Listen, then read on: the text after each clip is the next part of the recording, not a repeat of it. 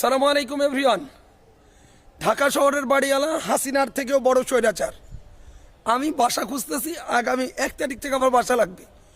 তো আমি এসছি এই যে ইস্টার্ন হাউজিং, রাস্তা দেখেন এবড়ো থেবড়ো ভাঙ্গা, এখনও স্ল্যাব আছে 1 হাঁটু পরিমাণ। এই এলাকায় এক এক বাসার রেট এক এক রকম। 3 কাঠা জমির উপরে 2 ইউনিটের বাসা, সেখানে 1 ইউনিটের ভাড়া হচ্ছে কোনোটায় 17,000, কোনোটায় 16,000। যদি ইস্টার্ন হাউজিং এখানে শেষ মাথা, পিছনটায় গেলে আমার এই দিকটায় গেলে হচ্ছে বেরিবাদ, একেবারে কাছে ব্লকটা হচ্ছে এল। তো এখানে যদি 17,000 টাকা 18,000 টাকা বাসা ভাড়া হয়, এই বাসা ভাড়া পল্লবীতে যেখানে মেট্রো স্টেশন থেকে নামা হয় এর আশপাশে বাসা ভাড়া কত হয়?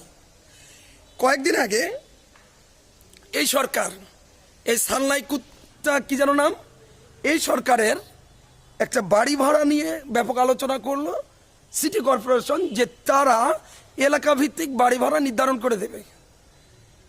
ব্যাস, কোর্টে মামলার রায় হলো, কিন্তু আলোর মুখ সেই 91-এর মতোই সম্ভবত হচ্ছে।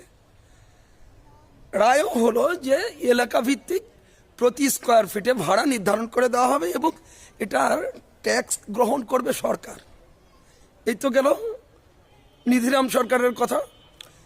দ্বিতীয় কথা হলো, প্রথম যে কথায় শুরু করেছিলাম, এক একজন বাড়িওয়ালা এক একটা হাসিনার থেকেও স্বৈরাচার। কীরকম? আপনি টাকা দিয়ে বাড়ি ভাড়া নেবেন, কিন্তু রাত 11টার পর আপনি ঢুকতে পারবেন না। এখন বাংলাদেশে বিভিন্ন শ্রেণী পেশার মানুষ আছে, গতানুগতিক যে 8টা থেকে 5টা চাকরি, সেটার পাশাপাশি অনেক রকমের চাকরি, অনেক রকমের ব্যবসা এই শহরে আছে। তো তাদের যারা রাতে কাজ করতে বের হয় 12টা 1টা 2টার সময় আসে, তারা কি রাস্তায় ঘুমাবে? এইরকম বিড়ম্বনায় ঢাকা শহরের প্রত্যেকটা ভাড়াটিয়া এক অমানবিক অত্যাচারের মধ্যে দিয়ে আছে। রাজনৈতিক কোনো সরকার হয়তো বা এটাতে হাত দিবে কিনা জানি না। এই সরকার হাত দিতে চেয়েও মনে হয় আবার 360 ডিগ্রি পিছনে ঘুরে গেছে বা অন্যদিকে ঘুরে গেছে। এই হলো পরিস্থিতি।